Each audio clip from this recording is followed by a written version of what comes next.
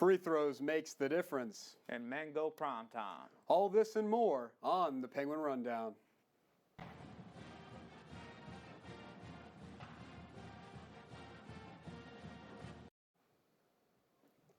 Hello, everyone, and welcome back to the Penguin Rundown in beautiful Youngstown, Ohio. I'm John Ostapowitz alongside Andrew Peterson, and what a week it has been for sports here at YSU.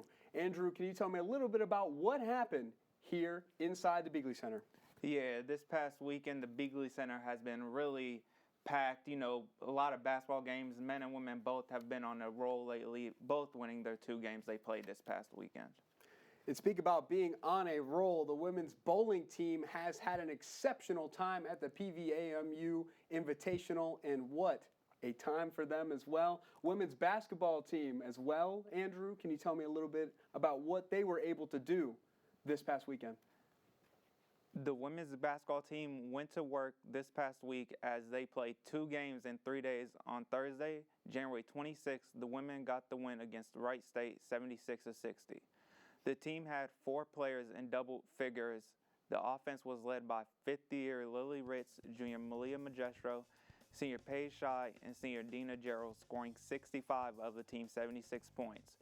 Ritz recorded her 12th double-double of the season with 23 points and 19 rebounds. As 6-year senior Megan Callahan had a career-high 7 assists. On Saturday, January 27th, YSU welcomed Northern Kentucky into the Beagley Center. Ritz commanded the Penguins offense with a game-high 12 points.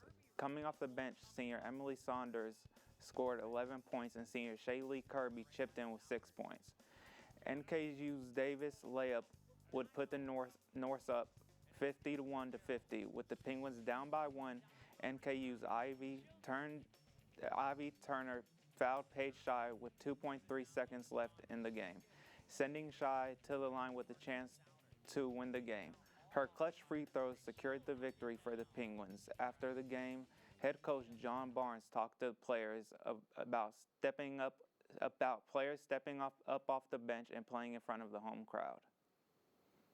Well, I think anytime you win close games, I mean, it just gives you confidence and a calmness for the next close game. That, you know, we are in that situation. We've been in it before. We know what to do. We know, and I thought the players did a great job of executing at the end, really cutting hard off screens. And it's tough, a baseline out of bounds under your opponent's basket to try to get that stop. And, you know, if you're switching, if you're not switching, it only takes 1 split second of indecision where, you know, so fortunately made hard cuts, got fouled. I thought the crowd was unbelievable. You know, for the crowd to be like it was last night for the men's game, just a sellout, and then today come back and support us, just a big, I mean, it was electric in there, so thank you to the community. It's just outstanding to be in the basketball programs right now. Youngstown State has won 4 games straight. The Penguins are back in action Thursday, February 2nd in Fort Wayne, Indiana to take on Purdue Fort Wayne. Tip-off is set for 7 p.m. You can catch the game on ESPN Plus or listen to it on 1390 WNIO. It was a huge weekend for the men's basketball team in front of 2 huge crowds at the Beagley Center. On Friday night, during a nationally televised event on ESPN2, the Penguins took care of business against Oakland as they held off the Grizzlies by a final score of 77-73 in what was a back-and-forth battle all night long, as the Gwens would count in a 57.7% second-half effort from the field, as Dwayne Cohill would shine for YSU as he had a team-high 25 points, with 23 of those coming in just the second half, including 5 shots from downtown. He would also dish in 5 assists as Brandon Rush cashed in 12 points and a perfect 6 for 6 from the foul line. Adrian Nelson also tallied up 11 points with 9 rebounds, and 12 to 9 advantage at the free throw stripe would help the Penguins pull off the season sweep of Oakland. Noah Ricks has more on the thrilling victory. I am Noah Ricks, live here at the Beagley Center in Youngstown as the Penguins pull it off against Oakland 77-73 on a nationally televised event. The first time on ESPN since 2010. Coming here to the Beagley Center, but the Penguins did just enough to pull off against the likes of Jalen Moore despite his game-high 27 points. But Dwayne Cohill has some good jab steps, has some good three-point shooting en route to a team-high 25 points. Dwayne Cohill was a superb all-around player. You got to give credit to guys like Brandon Rush and guys like Malik Green finishing down low. But the Penguins, as mentioned, did just enough to keep pace in the Horizon League. They improved to 7-3 overall in the conference and 15-6 overall on the year. Now, that was game one of their four-game homestand, but they'll be back on Sunday against Detroit Mercy. But this is Noah Ricks live here at the Beagley Center. And back to you guys. Youngstown State went right back into action on Sunday as they welcomed in another Michigan foe in Detroit Mercy. Despite a rough first half where the team was down 33-25 at the break, the Gwens stormed back in the second half to win the game 73-63 as they outscored the Titans in the final 20 minutes 48-30. Cohill repeated his epic play from Friday night as he once again scored all but 2 of his points in the second half to lead the Penguins with 20 points. Nelson cashed in his 9th double-double of the year with 18 points and 11 rebounds, as Bryce McBride also tallied 14 points along with 5 assists. Foul shooting was once again an advantage for the Gwens as they shot 80% from the stripe. The victory completed just the second season sweep over Detroit Mercy in program history. YSU now holds a 17-6 record overall and a 9-3 mark in Horizon League play. They will compete a 4-game homestand at the Beagley Center this week when they take on Wright State University at 7 p.m. on Thursday and Northern Kentucky University on Saturday at 7 p.m. Both of these games can be streamed on ESPN Plus or be listened to on 570 WKBN.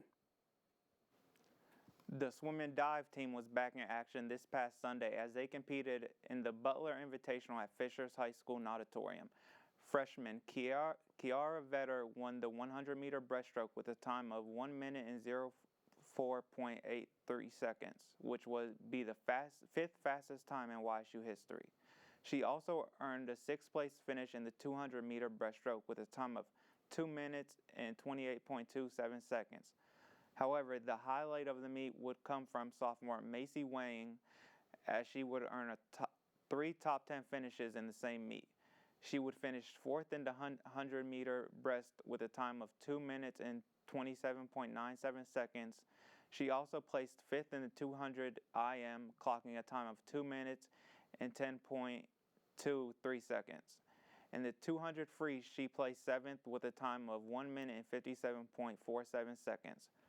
Up next for YSU, they will be back in the pool Wednesday, February 15th, as they will be competed for the highly anticipated Horizon League Championships at the IU Auditorium in Indianapolis, Indiana. Thanks, guys. Welcome into the round table today. My name is Bryson Well, along with Noah Ricks. And Noah, definitely an impressive 2-day weekend for the swim and dive team, taking the road to Denison in the Butler Invitational, preparing for the Horizon League Championships. A notable diver we have going to Denison here is Simon Iwanaki.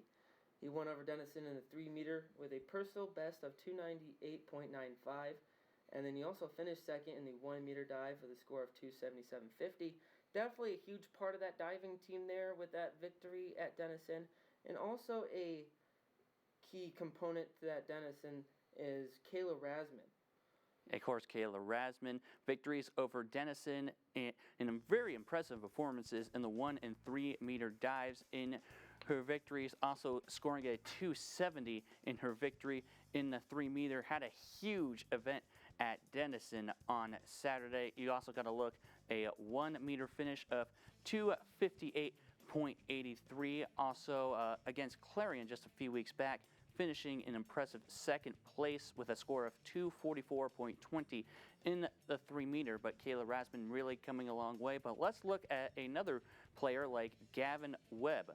He earned victories in both the men's 300 and 500 free with times of 2:39.28 and 4:31.48 at Denison. But let's keep in mind, Bryce, he is the reigning men's 1650 free Horizon League champion, and he is definitely looking to defend that title in about 2 weeks. Absolutely. Youngstown State is looking forward to seeing him in the pool in Indianapolis, reclaiming that title. He also beat the competition last year by over 30 seconds. He also got that time of 15 minutes and 34 seconds there last year. Looking forward to see him possibly reclaim that. And also another swimmer with him that will be competing in this year's conference championship is Aleska Radenovic.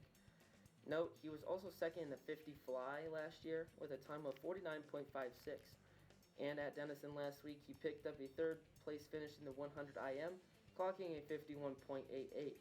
He also leads the Gwins in the men's 3 meter. He scored a 2:43.08 to finish second at Clarion. Definitely huge swimmers for the Penguins here heading into Indianapolis, and we look forward to seeing him in the pool. And they were just in Indianapolis this past Sunday, having to go back there in 2 weeks for the championships. But Coach Brad Smith in his 4th year at the helm of both the men and women, and he is definitely looking for those team championships on both sides. Yeah, definitely. You talk about Coach Brad Smith here. He has been a vital coach for this program here at Youngstown State, picking up those conference championships over his tenure. And we look forward to also hopefully seeing some more hardware in his trophy case. And that will be an interesting 4-day event. I am Noah Ricks. I'm Bryce Noel. And we'll send it back to you guys. Thanks, guys. The track and field team split the squad last weekend with the distance runners competing in the Boston University John Thomas Charrier Classic, and the rest of the team staying at home at the YSU Collegiate Mid-Major at the Watson Tressel training site. While the distant runners didn't bring home any medals, a new school record was set as junior Hunter Christopher beat the program's 5,000-meter record by 25 seconds as he ran with a time of 13 minutes and 50 seconds. At the Watts, it was action-packed all weekend long as the Penguins won 13 events over the 2-day stretch. Starting with wins for the men, senior Wyatt Lefker won the pole vault and set a new school record with a vault of 5.54 meters. Junior Lonnie Harper took the win in the high jump with a leap of 2.02 meters. Senior Dominic Perry took first place in the shot put with 18.12 meter throw. He would also go on to win second place in the weight throw. Sophomore Luke Laboucher won the 60-meter hurdles with a time of 8.01 seconds, and sophomore Ryan Laird won the 400-meter dash with a time of 49.43 seconds. Laird also took second place in the men's long jump. The women's team came away with more than a handful of wins as senior Janiah Bowers had a win and set a new school record in the 200-meter hurdles with a time of 23.57 seconds. Junior Esther Slorern had 2 event wins, taking first place in the long jump and triple jump. In the long jump, she leapt 5.61 meters, and in the triple jump, she went 11.98 meters. Senior Aaron Bogard took first place in the pole vault with a vault of 4 meters exactly. Junior Lauren Sheehan won the weight throw with a 16.59 meter throw, while senior Ashley Ventimiglia won the 5,000 meter dash with a time of 18 minutes and 31 seconds as junior Madison Murray led the charge as she was first in the 60-meter hurdles with a time of 8.87 seconds. Yesterday, Christopher, Slorern, Bowers were all named Nike Horizon League Track and Field Athletes of the Week. The track and field team will look for another successful weekend this week, spreading out over 3 different meets: the Scarlet Knights Open hosted by Rutgers University, the Notre Dame Mayo National Invitational, and the Judd Logan Lightgiver Open hosted by Ashland University. For live updates on all the meets, you can go to ysusports.com. This past weekend, the men's tennis team traveled to Toledo, Ohio at the Shadow Valley Tennis Club. The Penguins fell to the University of Toledo on January 27th, 7-0.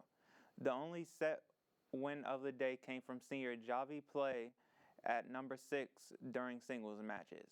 The men's tennis team is back in action next Friday when it returns home to face St. Francis University Brooklyn in Duquesne at the YSU Indoor Tennis Center on Friday, February 3rd. The Youngstown State women's tennis team opened the dual season with a tough 5-2 defeat to Toledo this past Friday at the YSU Indoor Tennis Center. The Penguins had 4 match points and the Rockets had 1 before YSU was able to earn a 10-8 win in the tiebreaker as YSU dropped tough 3-set matches at number 1 and number 3 as the Rockets earned the win. On Sunday, the women's tennis team picked up a 5-2 win over Carnegie Mellon at the YSU Indoor Tennis Center. In singles play, the Penguins earned wins at number 2, number 3, number 4, and number 5 singles.